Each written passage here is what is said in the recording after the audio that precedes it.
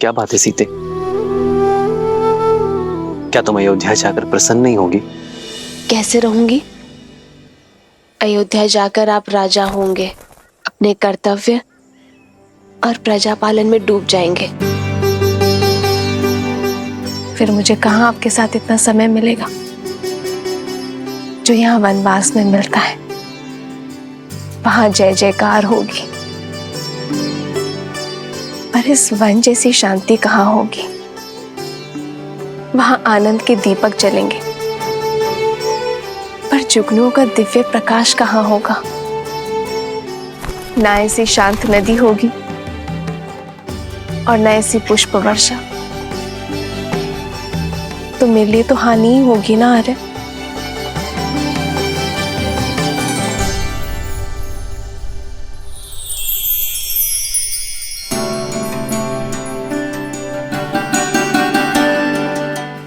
मैं तुम्हें वचन देता हूं सीते कि मेरी सीता को ना ही मेरी कमी खलेगी और ना ही मेरे समय की। ये राम सदा सीता के लिए न्यौछावर है और सदा रहेगा।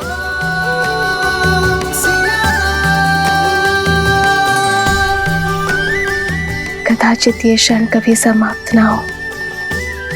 कदाचित मैं जीवन भर के लिए ऐसे ही आपके कंधे पर सर रखकर बैठी रहूं, सदा सदा के लिए अपने श्री राम के पास। एक है पौरुष, एक समर्पण, एक है रूप तो दूजा दर्पण।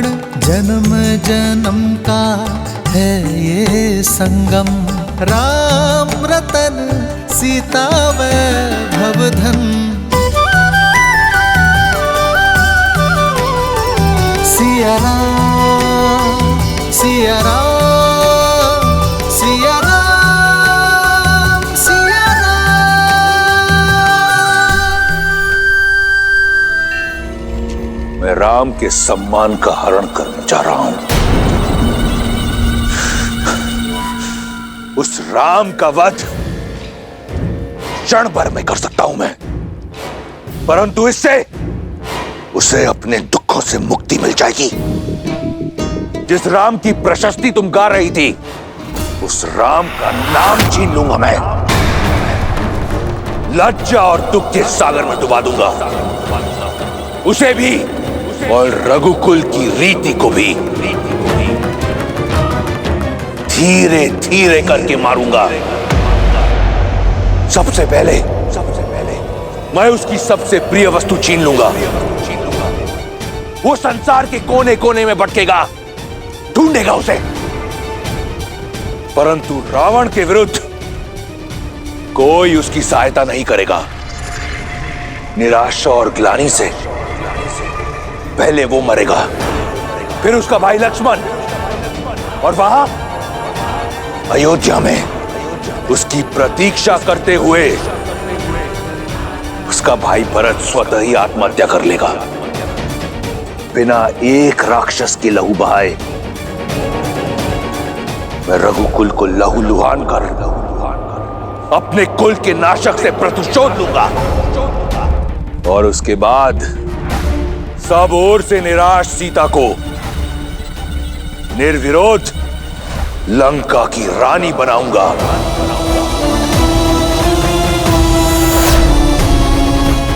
जो कार्य वर्षों पहले स्वयंवर में अधूरा रह गया था, उसे पूर्ण करने को सज हो जाओ।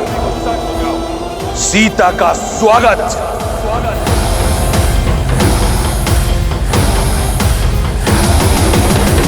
ये अनीति है लंकेश, ऐसा मत कीजिए। अपनी बहन और राज्य के सम्मान के लिए युद्ध लड़ना वीरों का धर्म होता है। आप अपना धर्म निभाइए, अपने अपमान का प्रतिशोध लीजिए। मैं आपके लिए प्रार्थना करूंगी, किंतु एक स्त्री की गरिमा को भंग करना और ऐसा षड्यंत्र रचना सबसे बड़ा अधर्म है, विनाश का कारण है। आपका ये निर्णय लंका के विनाश का कारण बनेगा। मेघनाथ कभी आपको यह अनुचित नीति अपनाने नहीं देगा। उचित, अनुचित, धर्म, अधर्म, इसका पाठ मैं किसी से पढ़ना नहीं चाहता। मेघनाथ इस योजना में सम्मिलित नहीं होगा। इसके लिए मेरे फेंके टुकड़ों पर पल रहा मेरा दास ही पर्याप्त है, और यही होगी उसकी निष्ठा की परीक्षा।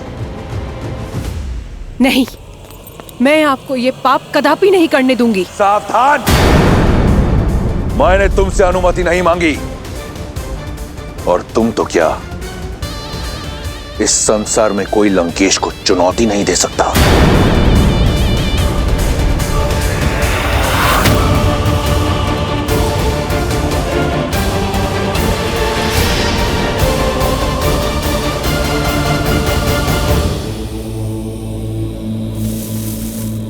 ओम नमः शिवाय।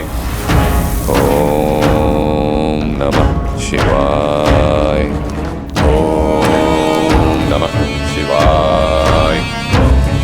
ओम नमः शिवाय।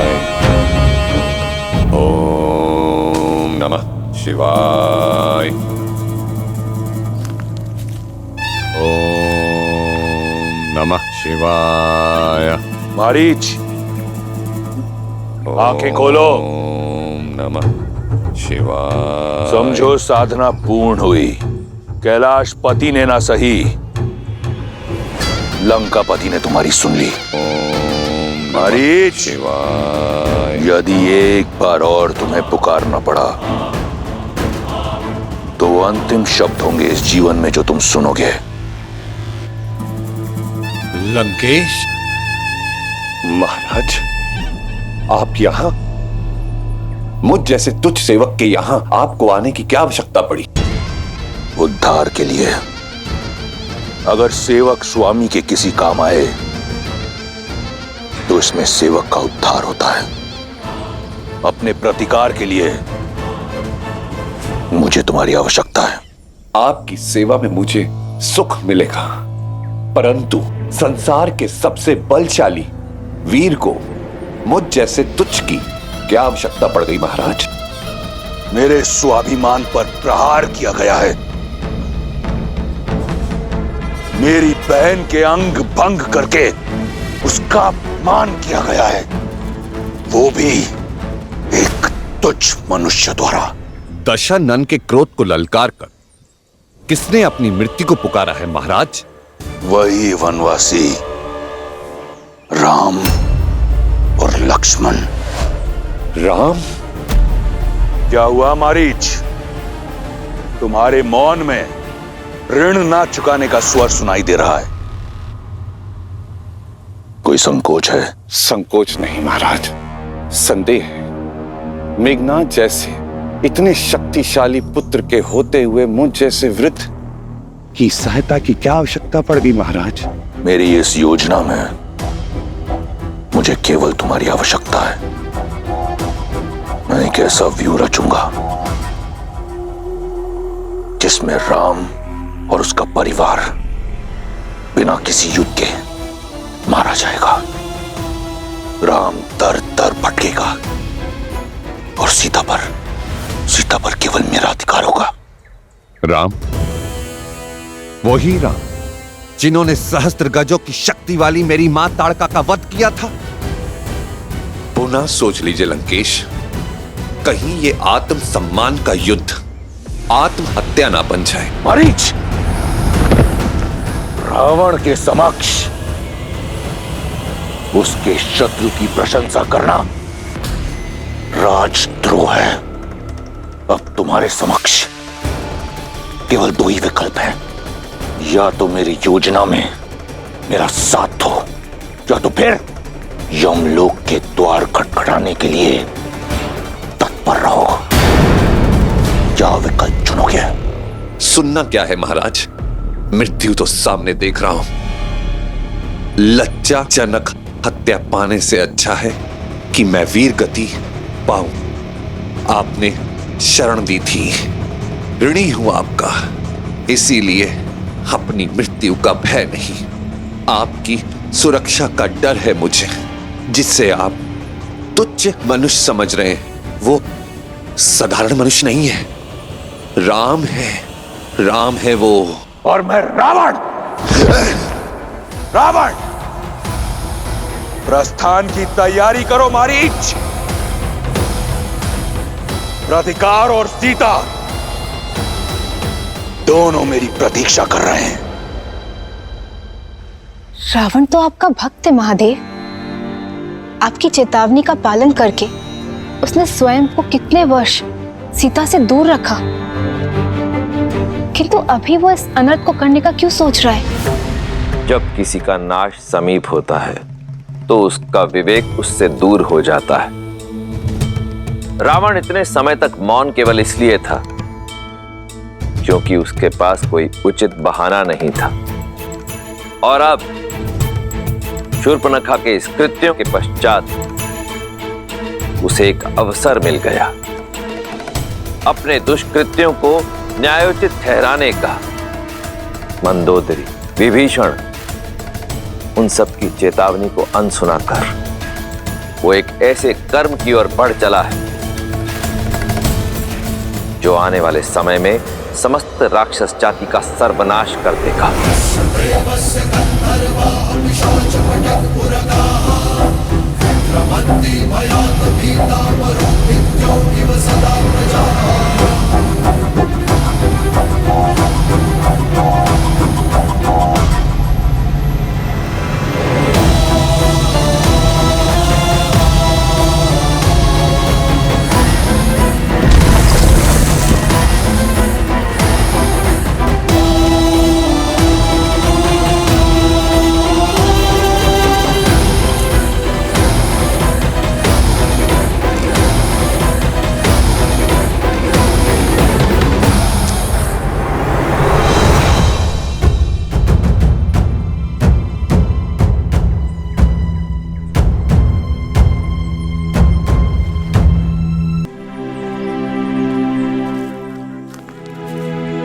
कहाँ जा रही हो सीते?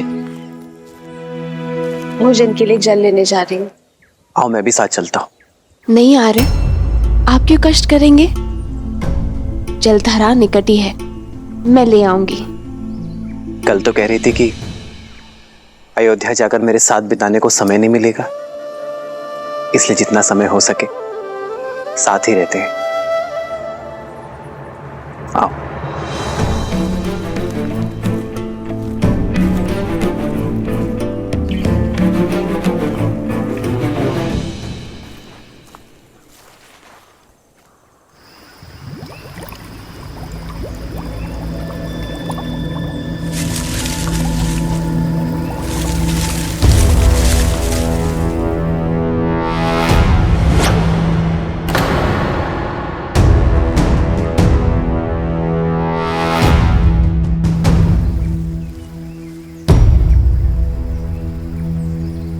लाओ सीते। जानती हूँ साथ आने का कारण मेरा साथ नहीं, सुरक्षा है। जब से शूर्पणखा का प्रसंग हुआ है तब से आप मेरी सुरक्षा को लेकर कुछ अधिक ही सतर्क हो गए हैं। आओ। मुझे विश्वास है रावण आपके समक्ष आने की भूल कभी नहीं करेगा, और यदि की तो उसकी दशा भी वही होगी जो आपके सामने आए अन्य असुरों की हुई। मैं जानती हूं कि आप मेरी सुरक्षा के लिए धरती पाताल एक कर देंगे। मेरी शक्ति का आधार तुम्हारा मुझ पर ही अटूट विश्वास ही है सीते।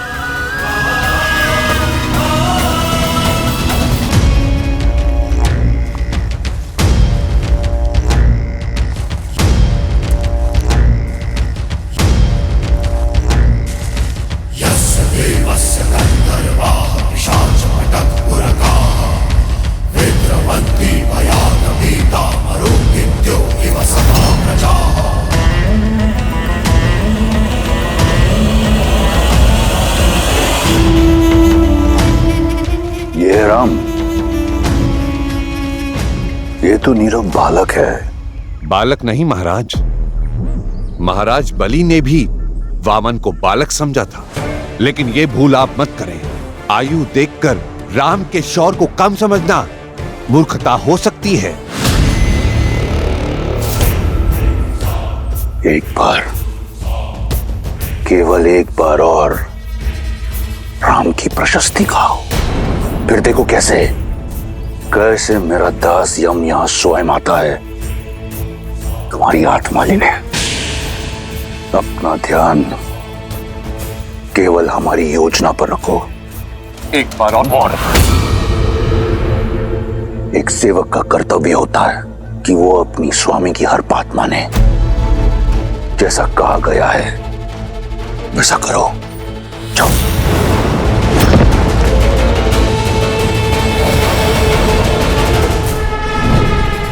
अपने अद्भुत सौंदर्य से मोह लो सीता को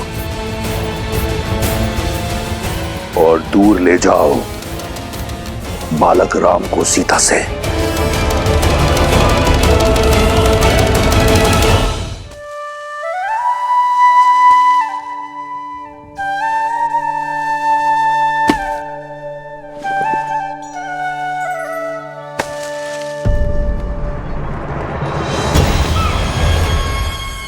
स्वर्ण मृग?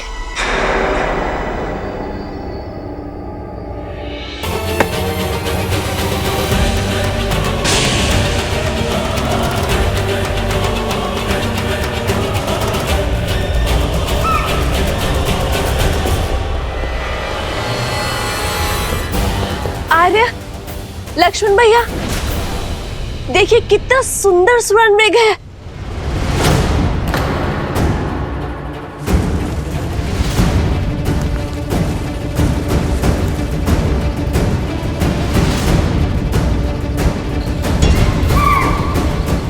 आर्य, वैसे एक बार स्पर्श करना चाहती हूँ।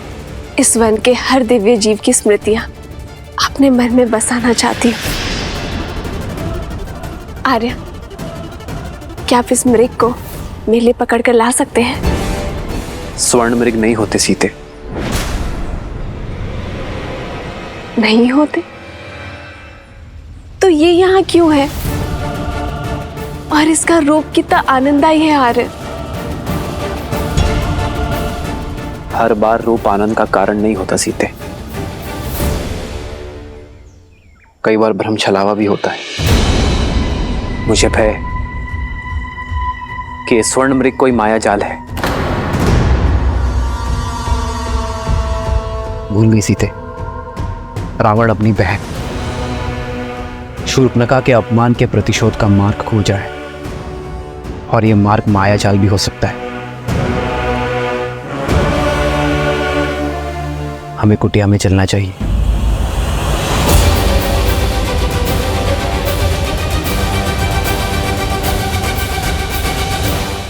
आओ।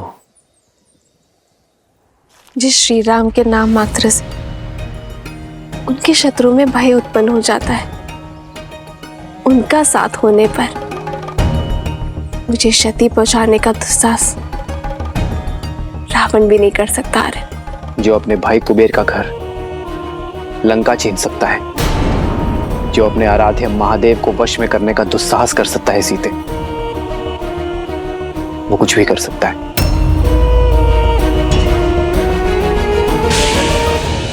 हर चमकने वाली वस्तु स्वर्ण नहीं होती सीते।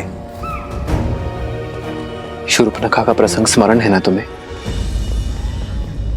हाँ,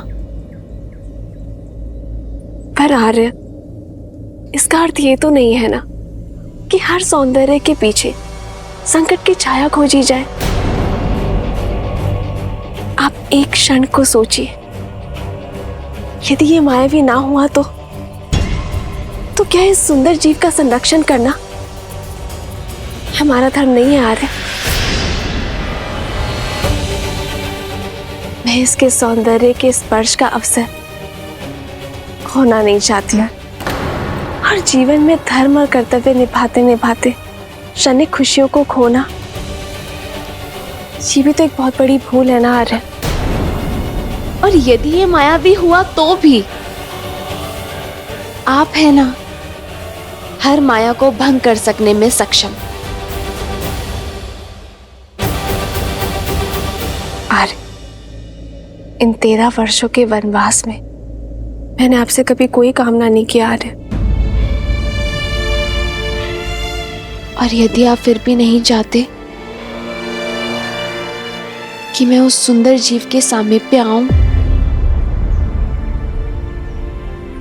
तो मुझे स्वीकार है।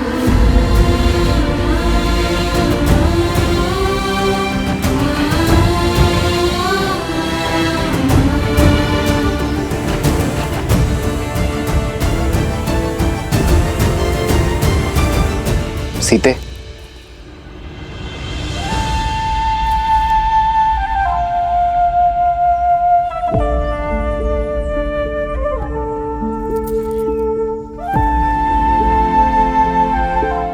अपनी सीता को निराश नहीं देख सकता ये राम। यदि तुम्हारी प्रसन्नता इसी में है तो मैं तुम्हारे लिए स्वर्ण मृग अवश्य लेकर आऊंगा सीते।